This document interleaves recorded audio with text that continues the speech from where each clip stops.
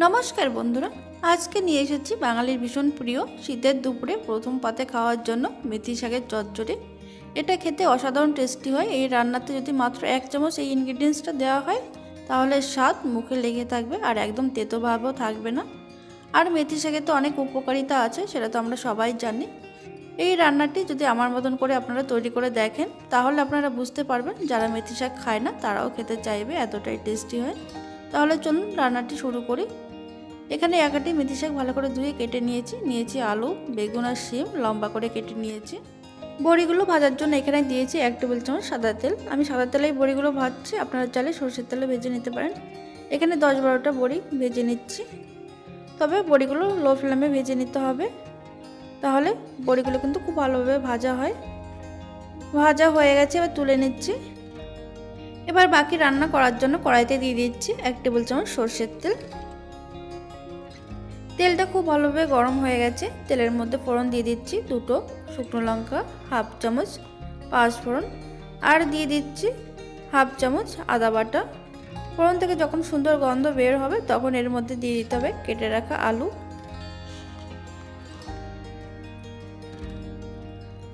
আলুগুলো দিয়ে 1 মিনিটের জন্য একটু ভেজে নেব, যেহেতু আলুটা হতে একটু সময় লাগে তার জন্য আলুটা একটু ভেজে নিতে হবে আগেই। এবারে দিয়ে দিচ্ছি কেটে রাখা শিম আর আলু 30 থেকে 40 সেকেন্ড একটু নাড়াচাড়া করে নিচ্ছি মিডিয়াম আঁচে। এবার দিয়ে দিচ্ছি বাকি সবজিগুলো। এখানে আছে বেগুন, একটা মিডিয়াম সাইজের বেগুন এরকম লম্বা করে কেটে নিয়েছি। দিয়ে দিলাম স্বাদ অনুযায়ী নুন, দিয়ে দিচ্ছি পরিমাণ মতন হলুদ।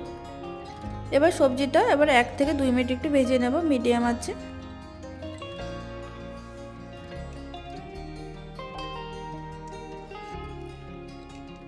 সবজিগুলো ভাজা হয়ে গেছে, এবার এই সবজির মধ্যে দিয়ে দিচ্ছি কেটে রাখা মেথি শাক। মেথি শাক দিয়ে ভালো করে নাড়াচাড়া করে এবার মিশিয়ে নেব। এটা কিন্তু গরম ভাতে কিন্তু অসাধারণ লাগে, আপনারা অবশ্যই এইভাবে একবার হলে ট্রাই করে দেখুন, জাস্ট মুখে লেগে থাকবে, এতটাই টেস্টি হয়। এবার ঢাকা দিয়ে এটা 5 মিনিটের জন্য লো টু মিডিয়াম আঁচে হতে দেব। আর এদিকে একটা মশলা তৈরি করে নিচ্ছি। এখানে 1/2 চামচ সাদা সর্ষে, 1/2 চামচ কালো সর্ষে, 2টো কাঁচা লঙ্কা দিয়ে বেটে নিয়েছি। এবার 5 মিনিট পর ঢাকনাটা আমি খুলে নিচ্ছি। ঢাকনাটা খুলে নিয়ে ভালো করে নাড়াচাড়া করে এবার মিশিয়ে নেব। দেখুন এখানে 80% মতন সিদ্ধ হয়ে গেছে সবজিটা। এবার এর মধ্যে দিয়ে দিচ্ছি বেটে রাখা সর্ষে আর কাঁচা লঙ্কাটা। গ্যাসের ফ্লেম লোতে রেখে এটা 2 থেকে 3 মিনিট একটু নাড়াচাড়া করে মিশিয়ে নেব। এবার টেস্টটাকে ব্যালেন্স করার জন্য দিয়ে দেবো সামান্য একটু চিনি দিলে তেতো ভাবটা থাকবে না আর এর টেস্টটাও ব্যালেন্স হয়ে যাবে। চিনিটা দিয়ে ভালো করে মিশিয়ে নিচ্ছি। দেখুন মোটামুটি প্রায় হয়ে এসেছে। এবার এর মধ্যে দিয়ে দিচ্ছি ভাজা বড়িগুলো দিয়ে দিচ্ছি। তবে বড়ি দিয়ে কিন্তু বেশিক্ষণ রান্না করা যাবে না, এটা বেশিক্ষণ রান্না করলে কিন্তু বড়িটা নরম হয়ে যাবে আর সেই ক্রাঞ্চি ভাবটাও থাকবে না। এবার ভালো করে মিশিয়ে নেওয়ার পর সেই আসল ইনগ্রিডিয়েন্টস যেটা সেটা দিলে এর স্বাদ কিন্তু সম্পূর্ণই বদলে যাবে আর দারুণ একটা ফ্লেভার হবে। সব শেষে দিয়ে দিচ্ছি 1 চামচ কাঁচা সর্ষের তেল। এই কাঁচা সর্ষের তেল দেওয়ার জন্য এর স্বাদটা কিন্তু অসাধারণ হয়। একদম মুখে লেগে থাকার মতন একটা রেসিপি আপনাদের সঙ্গে শেয়ার করলাম। এবার ভালো করে মিশিয়ে গ্যাস অফ করে ঢাকা দিয়ে রেখে দেবো 5 মিনিটের জন্য, তারপরে সার্ভ করার জন্য একদম রেডি হয়ে যাবে।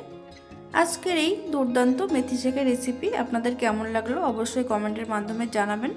আর চ্যানেলে নতুন বন্ধু হয়ে থাকলে চ্যানেলটিকে সাবস্ক্রাইব করে পাশে থাকা বেল আইকনটি প্রেস করতে ভুলবেন না। আর লাইক কমেন্ট শেয়ার করতে ভুলবেন না। প্রচুর শেয়ার করে দিন বন্ধু বান্ধবদের সঙ্গে। Thank you for watching.